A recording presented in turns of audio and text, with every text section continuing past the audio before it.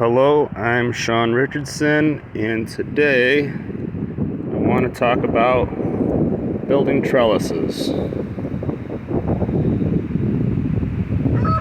So, I've been watching many videos lately, and people are putting bolts through the top with hooks,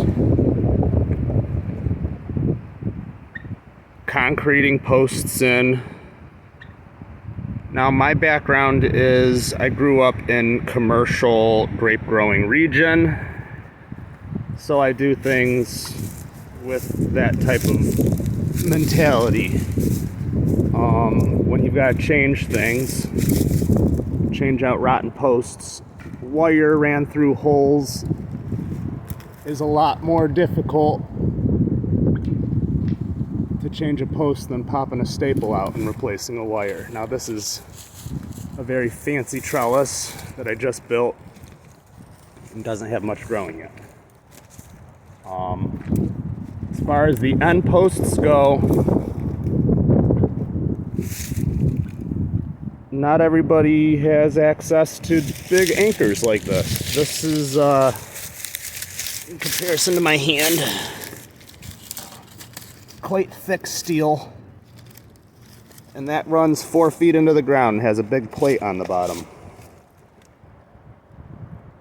And then everything is just wrapped around the end post.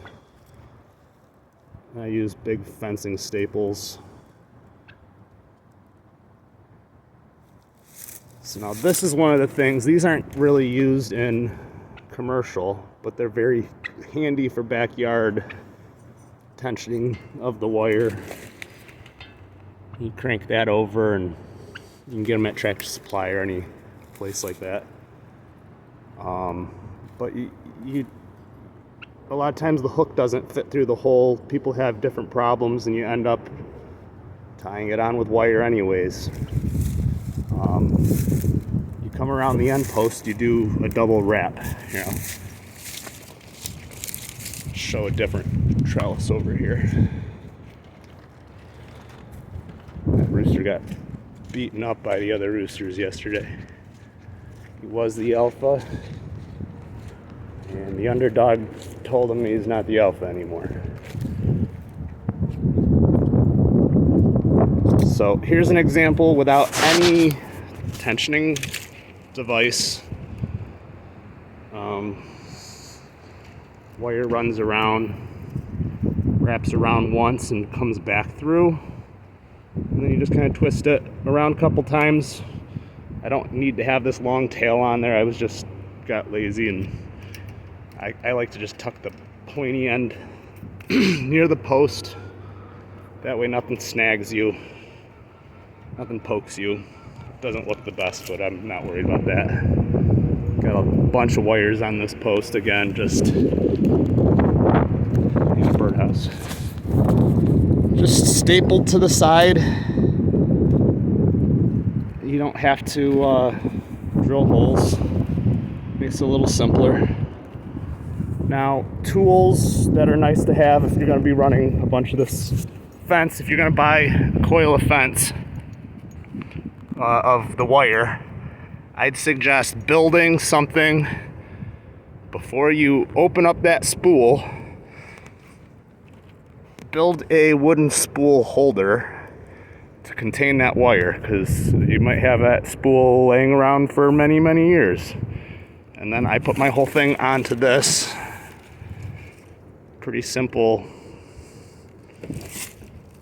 little trailer hitch I built. I had to drill one hole bigger to pin it onto a hitch, and the whole spool goes on there, and it makes it a lot easier to run the wire. And this is a fence tightener. You can sometimes find them at yard sales, estate sales, stuff like that. And then if you have a little come along, you can get one of these. Grips onto the wire. And this is how you get it nice and tight. You hook that end onto the end post. You pull this out, you hook it onto the wire, and you crank, and you crank, and you crank, and you crank. But you gotta have really good anchored end posts. And of course, something to cut the wire.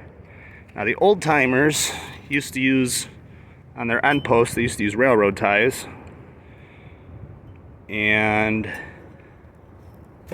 they would drill the hole, they'd run the wire through, and they'd put the wire through, you can't see there, it is, the hole in this, and then they would put a pipe on that, and they'd wrap it, and they'd twist, and they'd twist, and they'd twist and twist nice and tight, and then they're all done, they'd kink it sideways, yank the pipe off, and it couldn't twist back because it was so tight to the post. I might have an example of that somewhere here.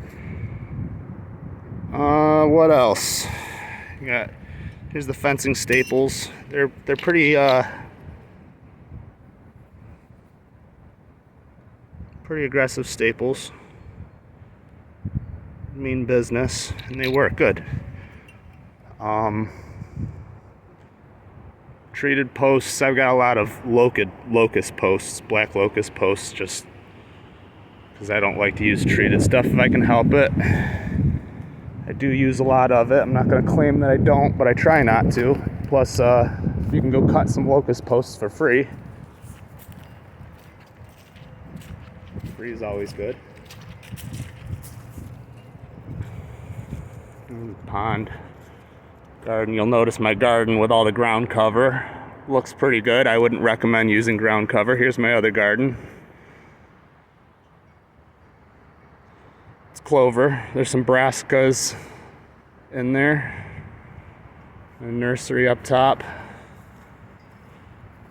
I'm walking to another apple trellis. The apples are all young and freshly planted, so there's not much to look at there.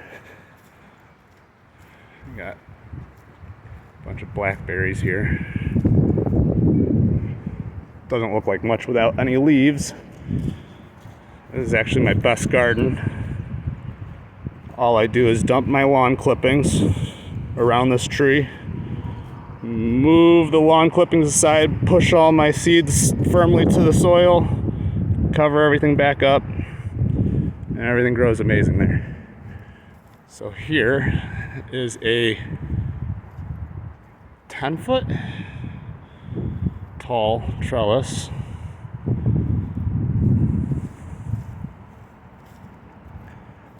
And I do. Okay, so here's, gotta squeeze through. Here's an example that I used. You just stick a pipe on here, turn it, tighten, turn it back.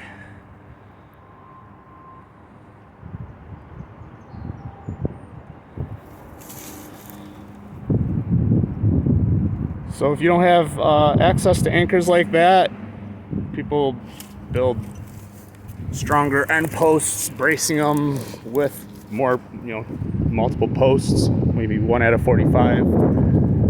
I don't like the idea of concreting it in, but no judgment. That's what you got to do to make a nice solid end post. It makes sense to me.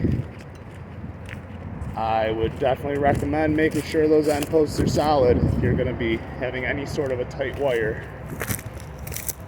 Here we've got, these are all black raspberries. Well, we got some cherries and stuff also mixed in there, but again, I got the ground cover. I don't recommend it. Made things nice in the beginning, but a nice clover walkway that you can mow and mulch with is much preferred. Again, all I do here, and this is super tight because that's